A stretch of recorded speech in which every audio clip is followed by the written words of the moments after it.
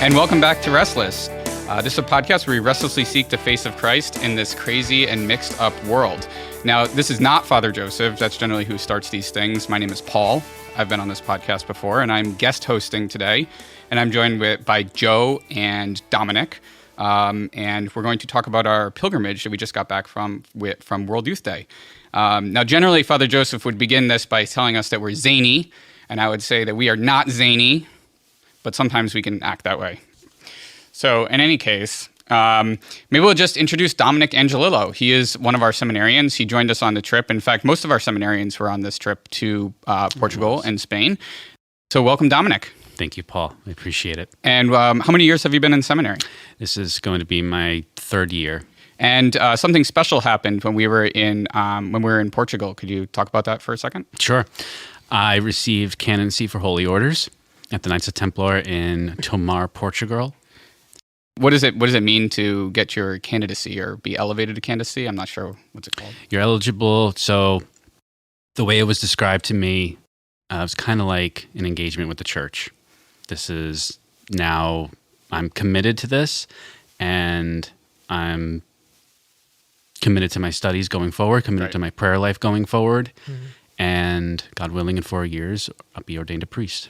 That's excellent. And I remember the bishop at the small ceremony we had during Mass, the bishop said it's when you turn from discernment to more preparation and formation Exactly. to be a priest. Yeah, Exactly. So I thought that was really, it was really meaningful. It was kind of cool to be there and witness that for you and Maximilian, who's the other candidate that was there. So that was great. The biggest visible change, right, is that Dom now has the right to wear clerics, which is the black clerical shirt and the white collar that priests and deacons wear. So now you will officially be confused as a priest everywhere for the next 4 years. It's very exciting for you. It's really exciting. So That's great. Usually It it's is. sarcastic and we're confused for priests during Mass. Now it'll be all over the world. So it's very exciting. It is very exciting. Dom is not wearing his clerics right now, though. He's wearing a No, I'm not. tasteful golf polo, which is great. So anyway, that was part of our trip to World Youth Day. So maybe just as a precursor, so all three of us went on this pilgrimage, and it started in Spain. So we all flew into, well, not Joe, but that's a different story. But we all flew into Madrid, Spain, mostly because it was cheaper, because Portugal's really expensive to fly into, as it turns out. But it was great because we actually got to go to Avila. So this is the hometown of Teresa of Avila, and we had a kind of a mini separate pilgrimage there, where we were able to tour the town, and we went to Mass, which was really nice. It was nice to kick off. And then we had a nice 5-hour drive to Fatima. And in Fatima, Portugal, which is, of course, the famous location of the apparitions at Fatima, we spent 5 nights there, which seemed long at first, at least when I was looking at the itinerary. But as it turns out, it was a really nice experience. And then we all went to Lisbon for the actual World Youth Day festivities. So that's a little bit of overview of our trip. And it was really a whirlwind of an experience, but so we'll get into that now. But maybe just to start, have you all been to Europe before? I don't remember. I have not. That was my first time. What were some of your first impressions of just being in Europe and different country, different place, different people? It was a beautiful country, that's for sure. Friendly people, good food, especially the seafood. What else? A lot of hills in Lisbon. Yeah. More like mountains. Right. Lisbon is almost like the San Francisco of Europe. It's very hilly. They have almost an exact replica of the Golden Gate Bridge. Right on the water. It's on a bay. So anyway, but yeah, that's cool. And had you been in, Joe? Had you been in Europe? Yeah, not in the last 10 years, but I've been to Europe before. Where did you go? I was in Italy for a week and a half when I was in high school, and I went to Ireland to see some family for, I think, a bit longer than that, actually, when I was in second grade. Oh, interesting. Okay, great. So you had been before, but it had been a while. And you, of course, are a world traveler, Paul. Yes, I actually went to Europe 6 times in 12 months, ending with this trip. So I go for work sometimes, but that's a different story. So as I mentioned, we started in Fatima, which was really a special place. And it was actually really remarkable because we were there kind of before a lot of the World Youth Day pilgrims got there. And so I know, Joe, you had to miss most of this, unfortunately. Yeah, I was there for maybe 12 hours, and I was incredibly jet lagged. So. Yes, I don't think you did much there other than walk around and go to Mass. I did do those things. I had dinner with the bishop, which was great, and the other seminarians. And that was it. All the churches were occupied by events anyway, so it wasn't like I could do that much. Yeah. No, I mean, it was by the time you got there too, it was quite busy. But it was pretty cool that when we were there, you couldn't. There weren't very many pilgrims there. So I don't know, Dom. What was your experience of being in Fatima? It got crowded afterward. Yeah, that's true. When we left for World Youth Day, that's when it got crowded. Right. But it was great to say Mass where the miracle of the sun happened. We sang. I'm sorry, you weren't there. Joe wasn't there. Yeah, Joe missed. Joe missed. The next like 15 minutes, you're gonna be a lot. Oh yeah, you weren't there for that, were you, Joe? That's right, you weren't there. That's right. But so that was a real gift. To be at that spot. Last minute, the seminarians were pulled aside to go and sing and chant in front of like thousands of people. In really? I'm completely out of tune, but that's okay. I offer it up. It's fine. I thought you guys great. sounded great. It was a really cool moment. We've got some heavy hitters that can sing in the group, to be fair. Maximilian and Juan thanks be to God. Sal, so yeah. Shout out to them. Yeah. Yep.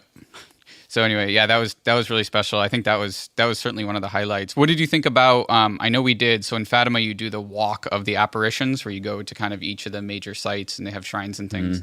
How did you find that? Did you have a devotion to Our Lady of Fatima before then, or know much about it? I knew a little bit about it. At St. Teresa's Church, our perpetual adoration chapel is dedicated to Our Lady of Fatima.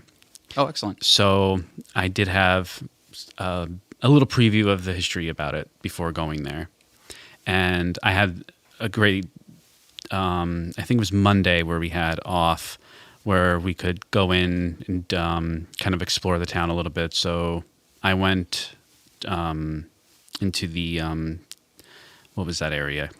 Oh, you talk about the village area? The village area. Where the houses were? No, before that. Oh, like the sites of the apparitions of the angels. And the Blessed Mother. And the Blessed Mother, right. So I did a holy hour there. It was just incredibly peaceful. To be at a spot where a heavenly figure left heaven, came down to earth, and shared a message, which was to pray the rosary every single day. And I definitely took that to heart. Yeah, no, that was really remarkable, and it was a very peaceful place. At least when we were there at the beginning, it was a peaceful place. But I hadn't had much of a devotion to Our Lady of Fatima prior to that. I had seen this kind of standard video that I've seen played. It's like 45 minutes, and it goes through the apparitions and the story, and so I had seen that and kind of knew the background a bit, but never really internalized it. But I don't know what it is, but I've gone on 2 pilgrimages. I've been to Holy Land and this, and I would say that there's something, when you're actually at the sites, there's something that's really special about being there. It's powerful, and I can't put my finger on it, but I don't know if you experienced the same thing. You're right. I did. Internally, yes. Yeah. I guess were you able to? Now I know that you were there for the same nights, but were you able to attend? You were able to attend most of the procession. I did the rosary walk. Yes. Mm-hmm. You talk about at night, yeah. Night. The procession at night, yeah. Which was beautiful. Yeah. So it was pretty cool where a number of us on our trip, there were seminarians and lay people. We had teenagers, we had people that were young adults, and we had priests and our bishop. So we had about 70 people from the diocese that were all in Fatima together. And so a number of us, kind of the below 35 crew that was on the trip. Oh, we also had some folks that were old adults. Old adults. I mean, thanks, Joe. Yeah, that were on our trip as well. They were co-pilgrims that that went with us basically through Fatima and then went to Lisbon and kind of did their own thing in Lisbon. But there was a number of us that actually got to be bearers of Our Lady in Fatima, which was really cool. It was actually a cool experience just to meet some of the other pilgrims. Most people there were going to World Youth Day subsequent, but we got to carry the statue. That was a heavy statue, wasn't it? It was very heavy, yeah. There were you guys, and then you had backup. Yeah, halfway through you had to switch, right? There were 3 or 4 for our group. There were 3 teams or 4 teams of 6 people that carried it, and it is heavy. So they do it by height, because you can't have differentials in height. And of course, I'm not tall. I'm 5'5", and so I was with las chicas, as the Spaniard said that I was with. So it was me and five young ladies who were carrying the statue. I think I was the tallest of the 6 of us, which is remarkable given that rarely happens in my life. But anyway, that was a really special experience. But I remember when most of the procession, the people are behind you for a lot of the procession if you're carrying Our Lady. But when we turned the corner in this giant square, you could just see all these people. And it was a small crowd when we got there. And everyone has candles, and it was a still night. Subsequent nights were very windy, and like candles kept going out. But that night, the wind was still, and we got to, and you could just see this huge crowd. It's just, again, it's like you're in this holy place, and it's just so remarkable. So anyway, I guess, Joe, did you go to the procession when you got there? Because there's a procession every night. Yeah, there was one the one night that I was in Fatima, and I thought about going. I kind of watched the beginning of it, but I hadn't slept in like 36 hours at that point, so I needed to go to sleep. The way I viewed it was a shame to miss it, but we had a long pilgrimage ahead of us, and I didn't want to get run down or sick or anything. So. Right. No, that's a shame, but yeah. I mean, what's cool about it, they pray the rosary in like every language that's there. So the last night when I actually was able to pay attention because I was carrying the statue prior, they did it in obviously French, Spanish, Italian, Portuguese, Vietnamese, Tagalog, Filipino, and at least a couple other languages I don't remember. Cool. Oh, German. They did and they would do half decades after the major European languages. They would do half decades into different languages, which is really cool. But it showed the unity of the church, and that was great. What were you gonna say? No, go ahead. No. So I guess what was kind of like, do you think that you increased your devotion to Our Lady of Fatima, or do you think that's something you'll carry forward? I will definitely carry that forward. Yes. To see everybody pray together in that square, it really felt like she was listening. Yeah, no, that's definitely true. What's really cool is that in Fatima, as I was saying, they do a Eucharistic procession on Thursday nights, kind of obviously, and then the rest of the night, every other night. So it doesn't matter when you go to Fatima. Every other night in Fatima, they do a Marian procession, which is generally, a rosary followed by music with a procession, and it's all very reverent. It's not. It's kind of organ music and singing, hymns. Most of them no one understands because it's all in Portuguese, which is always interesting. But yeah, and then I actually went to, I think because the seminarians had mass with the bishop, but I was able to go to the international mass that was at 3 p.m. on Monday, which was our free day, so to speak, in Fatima. And this was a mass that was in the square, and they actually were going to do it in the small chapel meaning it's an outdoor chapel that expands onto the square. But in actuality, they had to switch it to the big altar that sits in front of the basilica.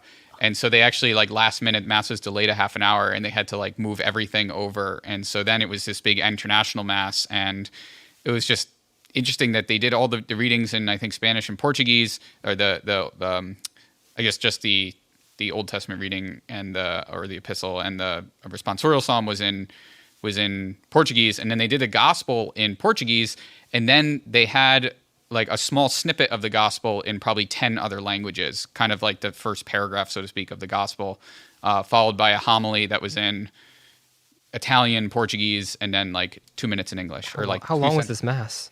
This mass was an hour and a half.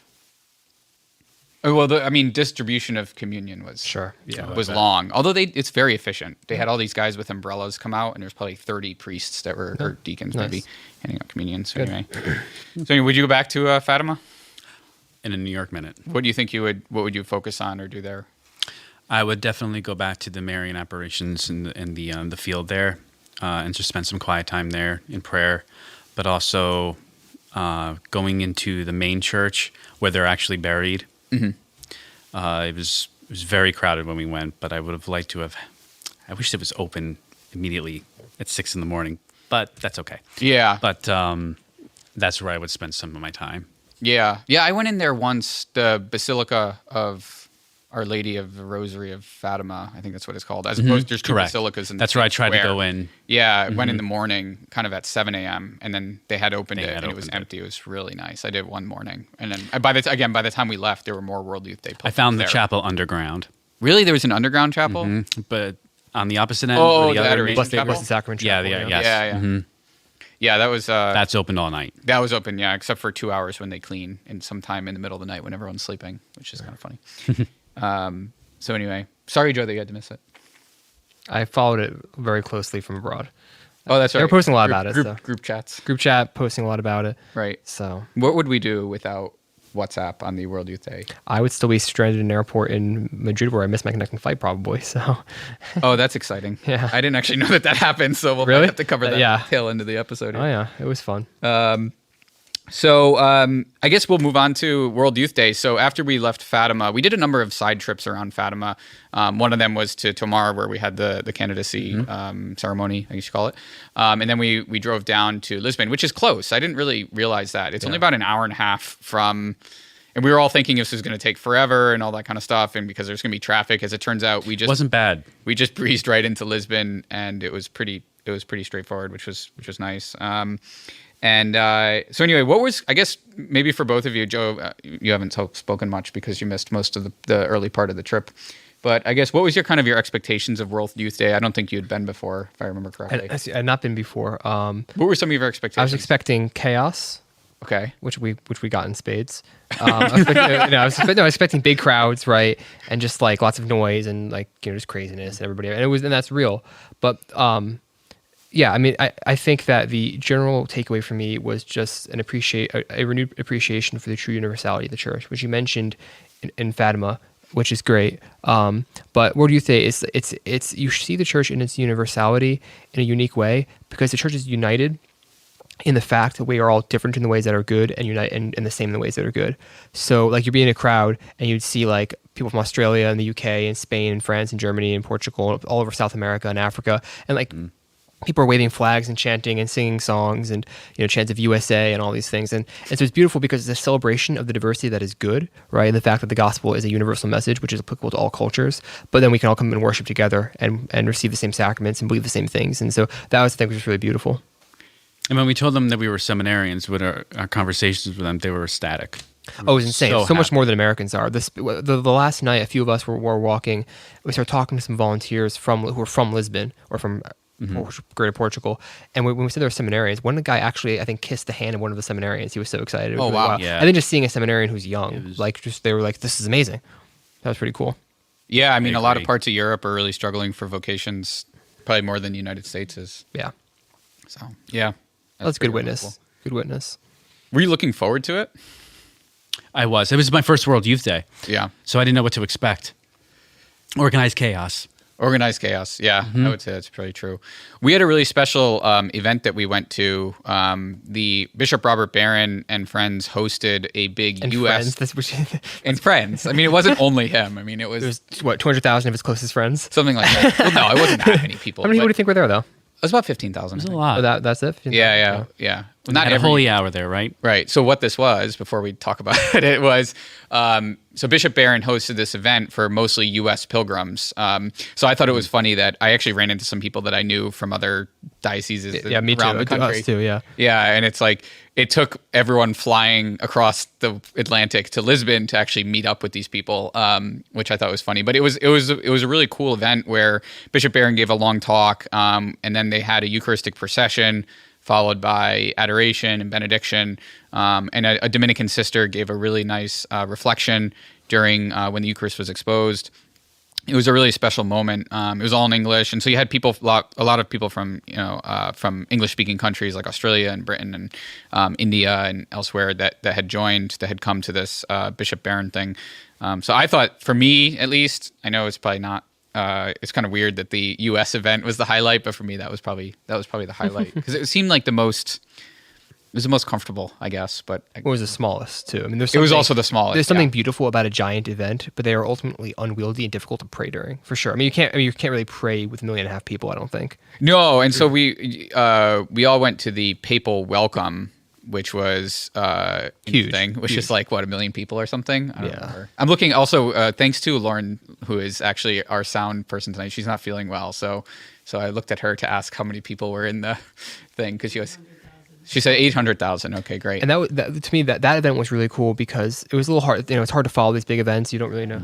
800 was stations. 500,000. Oh, 500,000 in that one. Okay. But anyway, so it's a big event. You're in this big park, and you really can't see much. But then at the end, the whole congregation, as it were, chanted the Our Father in Latin together. Yeah, that was And the Pope that's gave it. cool. Pope gave a blessing. You're just like, wow, this is amazing. Just like Yeah. that's what St. Peter just blessed. 500,000 people, whatever it was, crazy. So Yeah, that was pretty wild.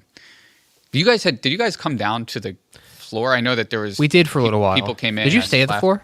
A little while. No, we all stayed a little while, but did you stay? Because one group, so all the seminarians with the priests that were with us went to the event, and then our hotel happened to be right nearby, and there was a balcony we could watch from, and so some of us were just like, this is a little crazy, and went back, but some wanted to stay in the crazy. I don't do crowds that much, so I bailed out of the crowd pretty quickly. Yeah, I saw the Pope there. Yeah. The Pope drove right by us. Yeah, he drove right by, yeah. Got right up there and saw him drive by, and then some of us went back to the hotel to the balcony. Yeah, and big screen TVs we could see right from there. It was a beautiful panoramic view, and we watched everything from there. Yeah, I stayed for most of it. I stayed until after the Pope stopped speaking, which was a problem. I got when he started speaking, they had done something with the sound because we couldn't hear almost at all, and then also wasn't in English, so like. Yeah, and he was speaking more when he started speaking in Spanish. He was speaking louder, I think, because he's more comfortable with Spanish, and so then I could actually start to hear what he was saying. And he was having the crowd chant "todos y todos y todos," like everybody. Yes, right, which right. Was pretty cool. I heard that. That was cool, and kind of a universal thing. And then when they began the Our Father in Latin, that's when my group. I was with some of the seminarians and some of the other people, young adults. We bolted after that. You have to, unfortunately, you just have to do that. You'd still be the crowd. Like it's insane. Right. What are some of the other highlights for you guys in Lisbon? So for me, in case you don't know how this works, bishops from around the world go as catechists, and they give these little catechesis talks during the day to groups of people who speak the same language as them, and in like a small church, and then they have mass for the group afterwards. And so Bridgeport kind of crashed Bishop Caggiano's one day, which was good. The seminarians didn't really catch much of the catechesis, but we did go there for mass. And, these masses aren't, they're beautiful. They're not like what you would hear in a seminary, right? It's not chant, right? It was good. It was a good deal of. Yeah, there was no chanting. No chanting. But there was fun. There was some praise and worship stuff. But that mass particularly was, I thought, well done. It was beautiful. Yeah. And it was a packed church. Like I think you, Paul, and some of the seminarians were in the back of the church. Like we didn't have seats, which is a great thing when there's not enough seats in a church, right? And it was just great, just a bunch of young people from all over the world, but from English-speaking countries, praying together. Bishop Caggiano's homily was wonderful, and I was really struck, by just like the intense privilege that I get to just be in this church, receive Christ, worship Him, be united to my bishop, but be united to the universal church. It was a really beautiful moment. And I think that was for me, probably like the spiritual high point, so to speak. Because again, sometimes these big masses become a little unwieldy, and or the big events are sort of difficult. But this was beautiful. And he held everybody's attention. Yeah, especially during the homily. Oh yeah, I mean, you could hear So he gave a talk, the so-called catechesis talk, and then mass, and then plus a homily. So there was two kind of bishop speaking, our bishop, and during his talk, you could hear a pin drop in that church. It was so quiet. He had everyone captivated. And we had people from not only English-speaking countries, mostly U.S., but we also had French and Polish people there too that were listening in. So yeah, and so our diocese was not assigned to our bishop. You generally don't have that. Our diocese is assigned to another bishop at another church, but a few of us were able to kind of sneak in to see ours. I don't know if that's allowed, but we did it anyway. What are you gonna do? I know. What was actually nice on the Friday though was time for, it was a little bit shorter talk. We had the Archbishop, I think, from Galway, Ireland, gave our. So he's bishop of two dioceses too. So yeah, bishop of two dioceses. Combined ad personam, I think, is the term. Yeah. Right. Thank you, Joe. You're welcome. And so he gave a really nice talk, shorter, and then we had time for adoration, confession, and mass, which was really nice. So that was how we kind of ended our catechesis sections. Yeah. Right. How about you, Dom? You kind of covered everything. In terms of highlights, yeah. Yeah, from the bishop and everything. I guess one thing that stood out to me was, he mentioned in his homily, we all have work to do. And that really made me think to look internally into my own heart. And because this was also the homily given at my candidacy. Mm-hmm. Going into your heart, kind of doing spiritual surgery, separate things that are not of God and what is of God, and capitalize on the things that are of God. So we have to have interior freedom, and then let the Lord work through us to accomplish what He needs to do. Right. Because He's going to use us to change the world. Yeah, that's really special. And, I think you guys look up to you guys as seminarians that you're... Well, not just priests, everybody. Everybody's you guys called especially, to holiness. Hopefully will be carrying that torch, God willing. So... And we do our little part here at Restless. We should have mentioned that Dominic is the largest and super fan of Restless, and so we're really happy that we're able to have him on the show. You guys are great. The dream come true for all of us. Now you can say we're great because Yeah, now that's you're right. part of it. There you go. Yeah. One of us. Right. One of us. So anyway, welcome once again. Thank you. I guess maybe if you had a night, so maybe just to cap off the trip. So I think by the end of our pilgrimage, because we had spent 5 nights in Fatima with all the side trips and everything, plus a free day, and then we had gone to Lisbon. So by the time we got to Friday night, most of us were pretty shot, and so I don't know about you guys, I wasn't able to go to the Stations of the Cross. I was actually also flying out the next day. I had to get back to New York, but did you guys go to the? We observed them from our balcony. Really? Sort of. How was that? It was fine. It was fine. Okay, great. Yeah. That's all you have to say. That's all I have to say. What language was it in? Well, Portuguese remember. probably. Dance. It I might don't have know. been. It was many languages. It was many languages. Yeah. Okay. Yeah, I had to fly out, so unfortunately, and I don't think we were able. We had to get, and then the trip. You guys had to go back to Madrid. Correct. All right, and everything go well. It sounds like you had trouble getting back. No. My flight to Madrid from JFK was delayed by an hour, so I missed my connecting flight in Madrid and had to wait a few hours. Oh, okay. So it was smooth on the way back for most of us. Right. Logistics are always fun. Oh, yeah. For giant trips. Okay, so maybe to cap off this, what advice would you give to future pilgrims to World Youth Day? Make sure you're fit because you're going to do a lot of walking. A lot of walking. From July 26th to I think it was August 6th on my pedometer, I think we did 60 miles worth of walking. Wow. Yeah, I was getting 20,000 steps a day. Yeah. Invest in a big American flag that you can wear as a cape. I'm being serious now because everybody's Yes. like is decked out in their country's stuff, and I didn't bring any American flags because I didn't know what to expect, and people were wearing American flags as capes, and I wanted to do that also. One of the people on our trip was wearing an American flag. I did as a cape. a little bit, but And you did a bit, yeah, and you get a lot of attention. Yes, A lot of people that love United people States. love America. They love us. That's people love right. America. And yeah, so that was our trip to World Youth Day. It was interesting. It was tiring. It was fun. I think Fatima was very spiritual. Yeah. And yeah, what a trip. So, and there was a miracle that came out of it. Dom, do you want to talk about the miracle that happened on Fatima during the World Youth Day celebration? So the Pope left Lisbon on Saturday morning and went to Fatima to celebrate Mass for a group of disabled people. And there was a miracle that happened there, supposedly. So I'll just read a little bit of the article. It starts out, I opened my eyes and I could see perfectly, said the 16-year-old Spanish World Youth Day pilgrim, who said she miraculously recovered her sight after receiving the Eucharist at Fatima, Portugal during a Mass there. Where's this article from, Dom? This is from... Just for credit Catholic, purposes. Catholic News Agency. Yes, it is. CNA? Yep. Okay. Just for Yeah. credit. Yeah. So the pilgrim was there and was at a Mass for disabled, and after receiving communion, opened her eyes and she could see. So that was a little miracle that happened, and so really grateful. Fascinating. Yeah. So thankful to Our Lady that brought that to our Lord. So you can go to the website and look it up. It's cool that this kind of thing shows you that these are not just big events that we do for fun, but they're like there's a spiritual point to something as big as World Youth Day, because people might be cynical and say, "Oh, like it's a lot of money and it's a lot of hassle, and is it just a vacation?" But like, no, like this is a work is being done by this, and it's good to see that. You know, It was a beautiful pilgrimage. Absolutely. Pray the rosary every single day.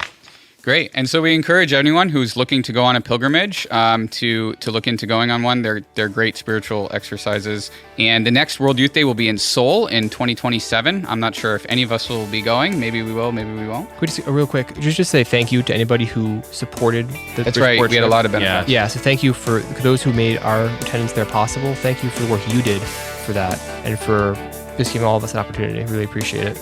Great. You can hear us anytime, wherever you get your podcasts. You can hear us on the radio at 103.9 FM, 1350 AM on Veritas Catholic Network. And we hope to see you next time. Hey everybody, this is producer Matt. If you liked this week's episode of Restless and want to help the show grow, please rate us, review us, and subscribe on your preferred platform. God bless.